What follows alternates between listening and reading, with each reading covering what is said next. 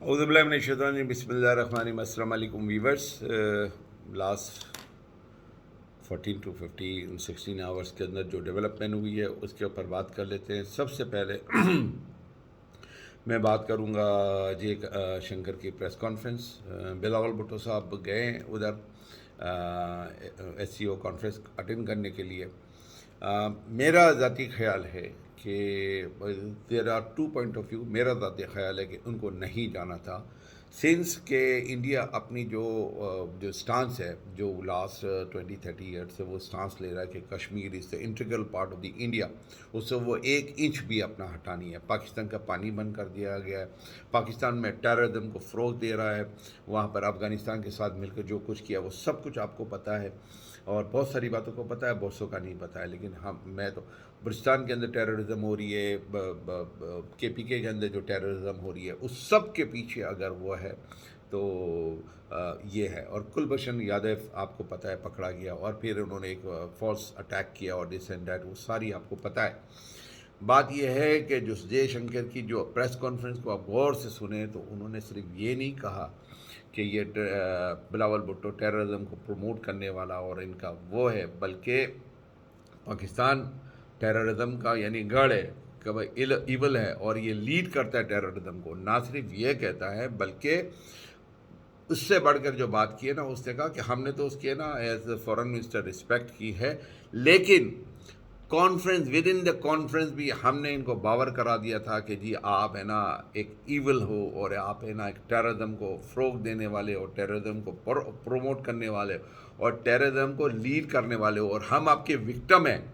ساتھ میں انہوں نے یہ بھی کہہ دیا کہ جو سی پیک ہے وہ ہے نا ناجائز بنا ہے، اور سی پیک کے ہمارا پاس اسٹانس یہ ہے کہ یہ ہماری ٹیریٹری میں بنا ہے، اور نہ صرف آزاد یہ جو کشمیر انہوں نے جو انیکس کیا ہے 370 ذریعے، بلکہ آزاد کشمیر اس کے ساتھ گلگت بلتستان پہ بھی ان کا دعویٰ ہے۔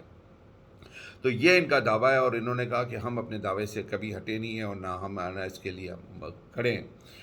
تو اس کے اوپر بڑی کرٹیسزم ہو رہی ہے پی ٹی آئی کے اندر، ان کو بڑا ٹھیکری اٹھائی جا رہی ہے۔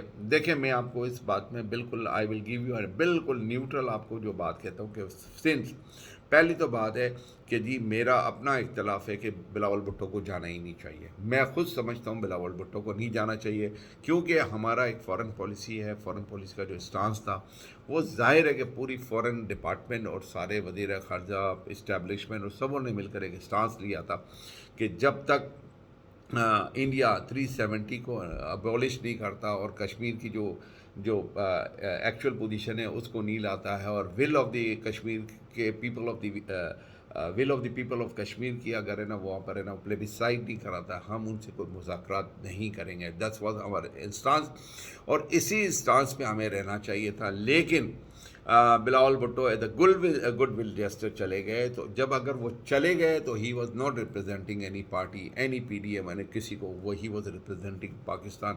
اس وقت ان کو تنقید کا نشانہ نہیں بنانا چاہیے تھا، اور جب تک کانفرنس نہ ہو گئی، اب آ گئے ہیں۔ اب میں کہتا ہوں کہ جی جیسا کہ میں آپ کو بتاؤں، شاہ محمد قریشی نے کہا کہ اگر وہ گئے ہیں تو ٹھیک ہے اپنی پریس کانفرنس میں۔ یہاں پر میں آپ کو کہہ دوں کہ جو پی ٹی آئی ہے نا، ان کا جو انسٹانس ہے وہ سمجھ میں نہیں آتا ہے۔ پی ٹی آئی بالکل کنفیوژن اسٹیٹ میں ہوتی ہے، خان صاحب کا کوئی اور بیان آتا ہے، پیچھے ہے نا شاہ محمود قریشی کا کوئی اور آ جاتا ہے، اور فواد چودھری کچھ اور کہہ دیتا ہے، اسد عمر کچھ اور کہہ دیتا ہے۔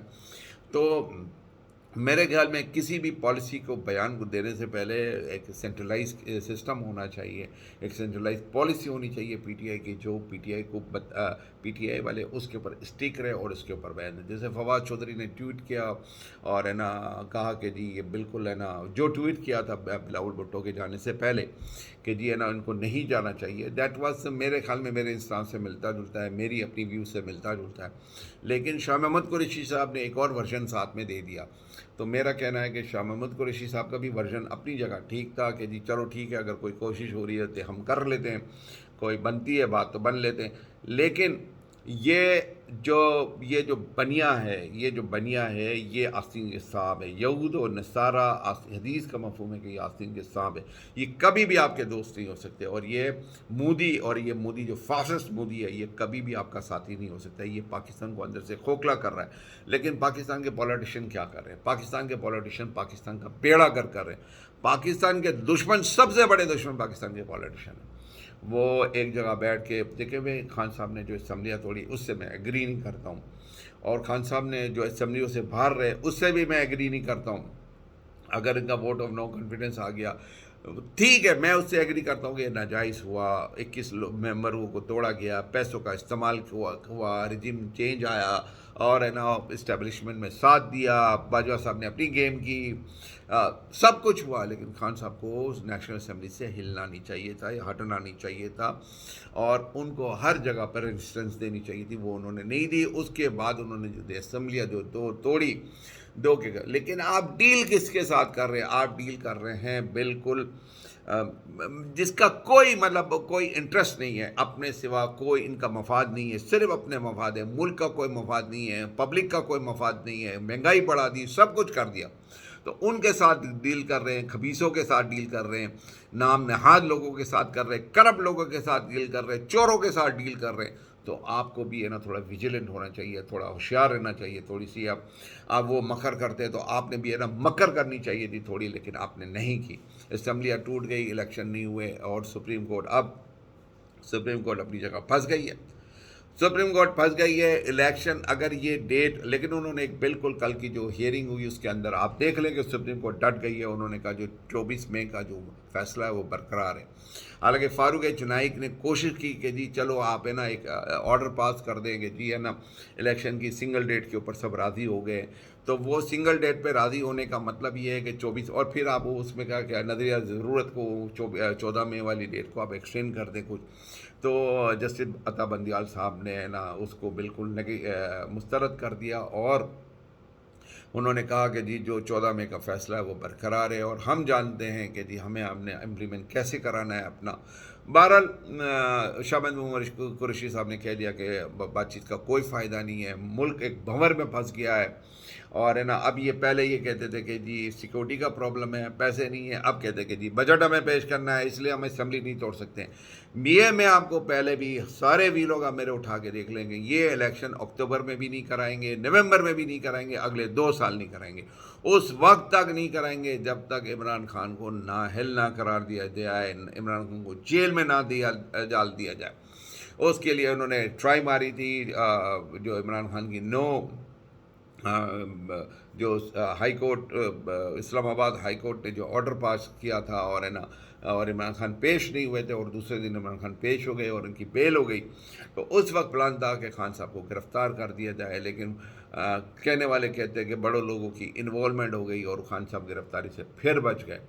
بہرحال یہ جو، اور بھٹو صاحب نے یہاں پر کیا کہتے ہیں، ہمارے بلاول بھٹو صاحب نے آ کر جو بات کی ہے وہ مطلب اپنی جگہ پر وہ صحیح ہے. انہوں نے کہا کہ جی میں نے تو ایک کوشش کی تھی اور اس کو جواب دے دیا، اور پھر وہ انہوں نے اپنا انسٹانس دوڑایا کہ کشمیر کے اوپر ہماری پالیسی بیک نہیں ہوئی ہے.